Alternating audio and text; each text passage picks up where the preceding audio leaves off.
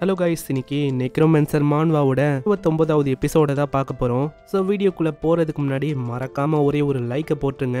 அதே மாதிரி இப்போ தான் நம்ம சேனலை பார்க்குறீங்கன்னா சப்ஸ்கிரைப் பண்ணிக்கோங்க. சரி வாங்க, நம்ம டைம் மிஸ் பண்ணாமல் எப்பிக்குள்ளே போகலாம். எப்பிக்கோட ஆரம்பத்திலேயே அந்த ட்ரேக்கோட ஃபார்மை பார்த்து நம்ம ப்ராஸ்டிக்யூட்டர் ரொம்பவும் ஷாக் ஆகுறாரு. ஏன்னா எவ்வளோ நேரம் அதோட உருவத்தையும் அதோட பலத்தையும் முழுமையாக அது மறைச்சிருக்கு. அங்கே ப்ராஸ்டிக்யூட்டர் மேலே ஒரு பயங்கரமான அட்டாக் அது பண்ணா அங்கே ப்ராஸ்டிக்யூட்டரால் நிற்கவே முடியல. அந்த அட்டாக்கை என்னதான் தத்துந்தாலும் என்னோட உடம்புல இருக்க ஒரு போனும் அப்படியே பிரேக் ஆகிற ஃபீலிங் எனக்கு வருது. என்னால இதே மாதிரி போச்சுன்னா கண்டிப்பா இது கிட்ட ஜெயிக்க முடியாது. அதுக்கும் மேல அதோட டெய்ல வச்சு என்ன தாக்குது. அதோட டெய்ல் வழியா அதோட கத்தியை பிடிச்ச ஒரு பயங்கரமான அட்டாக்கை கொடுக்குது. இதனால நம்ம ப்ராஸ்டிக்யூட்டரோட நிலைமை ரொம்பவும் மோசமாகுது. அவரோட உடம்புல ஒரு மிகப்பெரிய காயமும் ஏற்படுது. அது ஒரு கிரிட்டிக்கல் ஹிட். அங்க இருக்கிற மினோவா, ப்ராஸ்டிக்யூட்டரோட அந்த மேனேஜர், அவ ரொம்ப பயந்து போயிடறா. அவ பயந்து போய் அழுவ ஆரம்பிச்சிடறான். ஏன்னா அவளுக்கு நல்லாவே தெரியுது இப்போ இவங்க பண்ற ரைடும் ஃபிளாப் ஆயிடுச்சு. இதே மாதிரி போச்சுன்னா ப்ராஸ்டிக்யூட்டரால உயிரோட இருக்க முடியுமா அதுவே நம்மளுக்கு தெரியல. இப்படி இவங்க பார்த்துன்னு இருக்கும்போது அந்த ட்ரேக் மாஸ்டர் மேல ஒரு லிசார்ட் மேனோட டெட் பாடி விழுந்த அடுத்த செகண்டே அந்த இடம் பயங்கரமா பிளாஸ்ட் ஆகுது. ஏகப்பட்ட ஸ்கெலிட்டன்ஸும் வந்து பிடிக்குது. இப்பதான் நம்மளுக்கே தெரியுது அது வேற யாரும் இல்ல, நம்ம சாங்கு தான். சாங்குவோட பேர் ஆர்மி அது வந்து பயங்கரமா பின்னாடியும் முன்னாடியும் பிடிக்குது. அந்த ட்ரேக்கால அங்க நகரவே முடியல. அதுவும் பயங்கரமா கத்துதா. திடீர்னு சாங்கு அவனோட கத்தியை வச்சு மண்டையிலே இறக்குறான். இதை பாக்குற எல்லாருமே ஆடி போயிடறாங்க. எப்படா இவன் வந்தானு.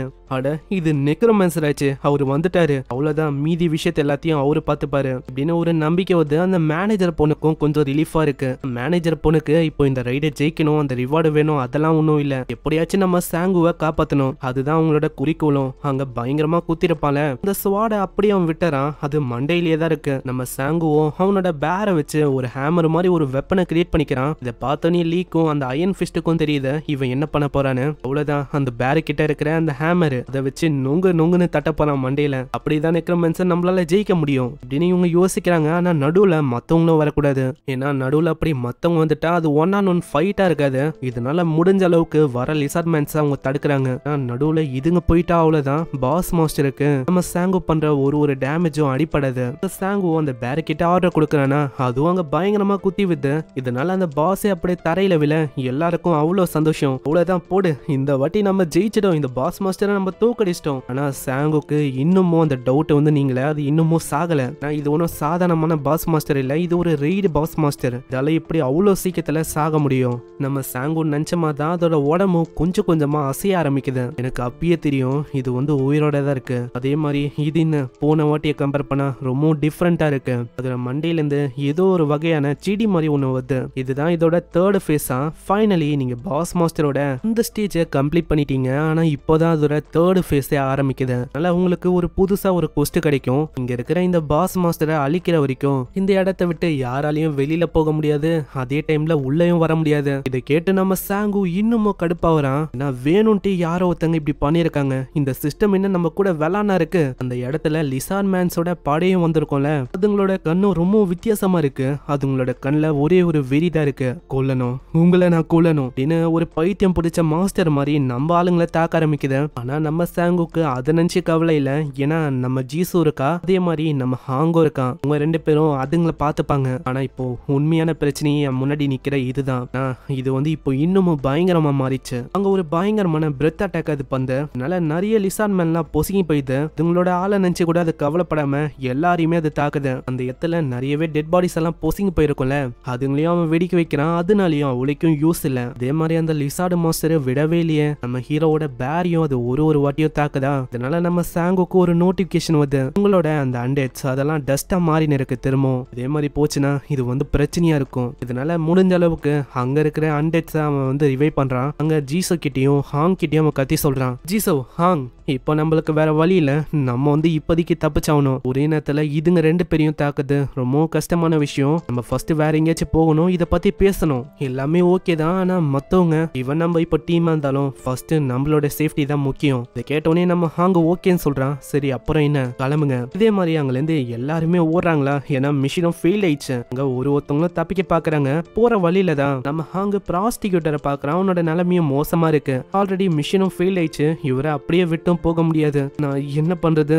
நான் இவரை தூக்கின போகணும்னு நினைக்கிறேன். ஆனா அதுக்குள்ள அந்த பாஸ் மாஸ்டர் ட்ரேக் அது பயங்கரமா ஹாங்க கடிக்க வருமா. அங்க ஜஸ்ட் மிஸ் ரைட்டி மண்டையிலேயே ஒண்ணு போகுது. அதனால ரைட்டி பக்கம் அதுல கவனம் போகுது. இதையே ஒரு வாய்ப்பா வச்சு ரைட்டி திரும்பவும் கண்ணிலேயே ஒரு போடு போகுது. அவளைக்கும் அதால டேமேஜ பண்ண முடியலனாலும் முடிஞ்ச அளவுக்கு அது பண்ணுது. அது திரும்பவும் அடங்காம நம்ம ஹாங்க அது தாக்கலான்னு போகுமா. நம்ம சாங் அங்க ஓடி வரான். அடே பைத்தியக்காரா, நான் உன்கிட்ட என்ன சொன்னேன்? நீ இந்த இடத்த விட்டு நான் உன்னை ஓட சொன்னேன், நீ என்ன பண்ண இருக்க? பாஸ் மாஸ்டரும் இதை பார்த்தது நம்ம சாங்குவை பார்த்தோனே அதோட வாழை வச்சு கரெக்டா நம்ம சாங்குவோட கையிலேயே தாக்குது. இதனால நம்ம சாங்குவோட ஒரு கை அப்படியே துண்டாயுது. அப்புறம் தான் ஒரு பயங்கரமான ட்விஸ்ட். என்னன்னா நம்ம சாங்குவோட கை துண்டா இருக்கும்ல, அது ஒன்றும் சாங்குவோட உடலே இல்லை. ஏன்னா அது ஒரு ஆல்டர் ஈகோ தான். நம்ம சாங்குவால பல ஆல்டர் ஈகோ, அதாவது ஷேடோ குளோன்ஸை உருவாக்க முடியும். அதே தான். ஆனா என்ன ஒண்ணுனா அதால 50% டேமேஜ் தான் கொடுக்க முடியும். அதனால தான் நம்ம சாங்கு பண்ண அந்த பலமான அட்டாக் அது அந்த அளவுக்கு எஃபெக்டிவா இல்லை. மாஸ்டர் நம்ம சாங்கு பண்ண அட்டாக்னால இன்னமும் கடுப்பா இருக்கும். நம்ம சாங்குவையும் அங்கேயும் அது பயங்கரமா தொத்தினது. அங்க திடீர்னு நம்ம ஜீசு நடுவுல வரா. ஹேய், நீ என்ன பண்ண இருக்க? நான் உன்னை எப்பயோ ஓட சொன்னேன். இந்த டைம்ல நம்ம ஓடணும் அப்படின்னு நீ சொல்றியா? இல்ல, நான் உன் கூட ஃபைட் பண்ணணும் அப்படின்னு ஆசைப்படுறேன். இதுக்கு முன்னெல்லாம் ஃபைட் பண்ணல, நம்ம 3 பேருமே விட்டு கொடுக்காம ஃபைட் பண்ணலாம். இதை கேட்ட உடனே நம்ம ஹாங்கெல்லாம் ரொம்ப சந்தோஷமா இருக்கு. அங்க சாங்கு சொல்றான், எங்களுக்கு நிறைய விஷயம் இருக்கு சொல்றதுக்கு, ஆனா இப்போ நம்ம எல்லாருமே பிஸியா இருக்கோம், அதனால போற ஆரம்பிக்கலாம். ஏன்னா ஃபர்ஸ்ட் இந்த பாஸ் மாஸ்டரை கொல்லணும், அதுக்கப்புறம் தான் மீதி பேச்செல்லாம் நம்ம பேசணும். இதே மாதிரி ஆளு அங்க ஏகப்பட்ட ஜாம்பிஸை எழுப்ப ஆரம்பிக்கிறான். அந்த ஜாம்பிஸ் எல்லாத்தையும் அது பயங்கரமா வெட்டி போதா, அதையும் ஆளு வெடிக்க வைக்க அந்த இடத்துல அப்படியே வெடிய ஆரம்பிக்குது எல்லாம். இந்த பாஸ் மாஸ்டரை நம்ம என்னதான் வெடிக்க வச்சாலும் அது மேல எந்த விதமான பயனும் இருக்கிற மாதிரி தெரியல. அதே மாதிரி என்னோட ஸ்கெலிட்டன்ஸ் அது எல்லாத்தையுமே இது பயங்கரமா உடைச்சு போகுது. ட்ரேக் மாஸ்டரும் ஒரு பயங்கரமான ஃபயர் அட்டாக்க பண்ணலான்னு போகுமா. அங்க சாங்கு பின்னாடி அந்த லிசார்ட் மேனோட படையும் இருக்கு. நம்ம ஜீசோ ஹாங்லாம் வேற இருக்காங்க. அதனால எப்படியோ அதை தடுக்கிறான். ஆனா அந்த ஃபயர் அட்டாக் அது நினைச்சதை விட ரொம்ப ஸ்ட்ராங்கா இருக்கு. கொஞ்சமா தான் அவனால டிஃபெண்டே பண்ண முடிஞ்சது. அந்த ஃபயர் அட்டாக்னால அவன் முன்னாடி உருவாக்குன அந்த ஷீல்டே அழிஞ்சு போயிடுது. அட ஷிட், நான் இதுக்கு எல்லா பவரையும் நான் செலுத்திட்டேன். இப்போ நான் என்ன பண்றது? இந்த ட்ரேக் மாஸ்டரும் நம்ம சாங்குவை அதோட வாழை வச்சு அப்படியே கொல்லலான்னு வரும். நல்ல வேலை ஜஸ்ட் மிஸ்ல நம்ம ஹாங் இன்வென்சிபிளா மாதிரி நடுவுல தடுக்கிறான். அவனுக்குன்னு ஒரு இன்வென்சிபிளான ஒரு ஷீல்டு இருக்கும், அதையே அது வச்சது. இதை நம்ம ஹாங் எதிர்பார்க்கல. அங்க ஹாங்க அப்படியே கொல்ல வரமா. ஹாங் பயப்படுறான். அவ்வளவுதான், எல்லாம் போச்சு. ஆனா அதுக்குள்ள ரைட்டி நடுவுல பூந்து தாக்குது. இதனால அதோட ஸ்வாட் அப்படியே விழ ஆரம்பிக்குமா. அதை அப்படியே பிடிச்சு அதோட வாழை பயங்கரமா வெட்டி விடுது. அதனால அந்த ட்ரேக்கும் ரொம்ப கடுப்பாயுது.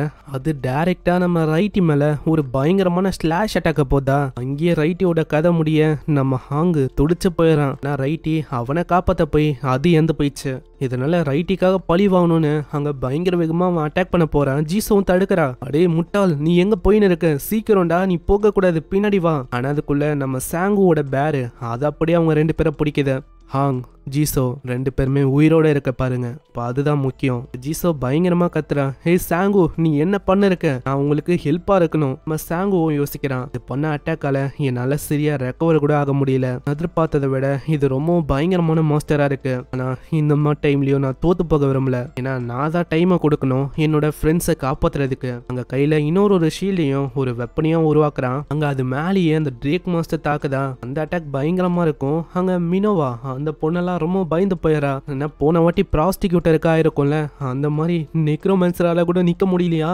நெக்ரோமேன்சர் தான் நம்மளுக்கு ஒரே ஒரு நம்பிக்கை இருந்தது. ஆனா இப்போ அவனாலேயே நிக்க முடியலனா இந்த சாங்கு லைட்டா தப்பிச்சிருப்பான். சாங்கு அங்க தப்பிச்சதை பார்த்தோன்னே வாழை வச்சு சாங்குவோட கால்லயே பயங்கரமா தாக்குது. அந்த அட்டாக்கும் டைரக்ட் ஹிட்டா பட்டிருக்கும். நம்ம சாங்குவால அங்க எதுவுமே பண்ண முடியல. இதே ஒரு வாய்ப்பா வச்சு அந்த ட்ரேக் மாஸ்டர் அது ஒரு ஃபிளேம் அட்டாக் பண்ணா அதுவும் டைரக்டா நம்ம சாங்கு மேல பட போகுது. அவ்வளவுதான், எனக்கு தெரிஞ்சு நான் சாக போறேன்னு நினைக்கிறேன். என்னோட ஃபேமிலி எப்படி இறந்து போச்சோ அதே மாதிரி தான் இப்போ நான் சாக போறேன்னு நினைக்கிறேன். ஆனா உண்மையை சொன்னா இந்த மாஸ்டரை என்னால அழிக்க முடியல. அட்லீஸ்ட் என்னால என்னோட ஃப்ரெண்ட்ஸை காப்பாற்ற முடிஞ்சது. அது வரைக்கும் சந்தோஷம் தான். அங்க அதோட அட்டாக்கும் பயங்கர வேகமா பார்த்து நம்ம சாங்கு அங்கேயே எரிஞ்சு போறான். இதை பாக்குற நம்ம ஹாங்கு ஜீசோ அவங்களால நம்பவே முடியல. பின்னாடி அவங்க பாக்குறாங்க ஏதோ ஒரு எக்ஸ்ப்ளோஷன் ஏற்பட்டா. அதை பார்த்து அவங்க ரொம்ப பயந்து போயிடுறாங்க. ஏன்னா அந்த இடத்துல தான் நம்ம சாங்குவும் சண்டை போட்டான். இதுக்கப்புறம் நம்ம சாங்குவை கட்டுறாங்க. அவன் வேற ஒரு டைமென்ஷன்ல இருக்கான். இருக்கான், நான் எந்த இடத்துல இருக்கேன், இந்த மாதிரி நான் எந்த போயிட்டேன்னா. ஆனா உண்மையை சொன்னா நான் இது வரைக்கும் சர்வே பண்ணதுக்கு காரணம் என்னோட இன்கிரெடிபிளான லக்கு தான் நான் சொல்லுவேன். அதே மாதிரி என் கூட இருந்த என்னோட ஃப்ரெண்ட்ஸும் ஒரு வகையில காரணம். ஆனா இப்போ நான் வந்து செத்துட்டேன். இப்போ நான் செத்துட்டு நான் சர்வே ஆகல. அங்க ஒரு வாய்ஸ் ஆகுது, சாங்கு. இது கேக்குற சாங்குக்கு புரியல, யாராது நீங்க யாரு? அங்க ஏதோ ஒரு கிரிம் ரீப்பர் வந்து, நீங்க தான் அந்த கிரிம் ரீப்பரா? நான் செத்துட்டேன், அதனால என்ன நரகத்துக்கோ இல்ல சொர்க்கத்துக்கோ எனக்கு கொண்டு போக போறீங்களா? எனக்கு வந்து தெரியாது நான் எல்லுக்கு போனா இல்ல ஹெவனுக்கு போனான்னு. அதனால வாங்க என்னை வந்து கொண்டு போங்க. ஏன்னா என்னால முடியல, நான் வந்து சோர்ந்து போயிட்டேன். இப்ப அதனால தான் நான் வந்து இதை நித்திக்கணும் அப்படின்னு ஆசைப்படுறேன். என்ன சாங்கு, உனக்கு 30 வயசு கூட ஆகல, அதுக்குள்ள உன்னோட எல்லா விஷயமும் முடிஞ்சு போன மாதிரி நீ பேசுற. எனக்கு ஒரு விஷயம் புரியல, எதுக்காக இந்த கிரிம் ரீப்பர் ஒரு பூமர் மாதிரி பேசுது? இப்பதான் இந்த கிரிம் ரீப்பரே சொல்லுது, சாங்கு என்ன யோசிக்கிறேன், இந்த மாதிரி நான் உன்னை எதுக்காக தேடி வந்தேன், உன்னை வெறுமா பார்க்கணும் இந்த மாதிரி அப்படின்னு ஒன்றும் இல்லை. அதை பார்த்து அவன் ரொம்ப ஷாக் ஆகுறான். ஏன்னா அங்க இருக்குது நம்ம சாங்குவோட அப்பா. அப்பனா உண்மையை சொன்னா நம்ம சாங்குவோட அப்பா தான் இந்த கிரீம் ரீப்பரோ தெரியல. எல்லாத்தையுமே நம்ம நெக்ஸ்ட் சாப்டர்ல பார்க்கலாம். ஏன்னா இங்கேயே சாப்டரை முடிச்சிட்டாங்க, இன்னமும் பயங்கரமா போகும். இப்பதான் நம்ம சாங்கு அவங்க அப்பாவை பார்த்துருக்காங்க. நீங்கள இந்த கதையை சோடு பிடிக்கும், மறக்காம இந்த எபிசோடு எப்படின்னு கீழே கமெண்ட் பண்ணி சொல்லுங்க. நான் உங்களை நெக்ஸ்ட் எபிசோட்ல சந்திக்கிறேன். தேங்க்யூ ஃபார் வாட்சிங். சைனரா.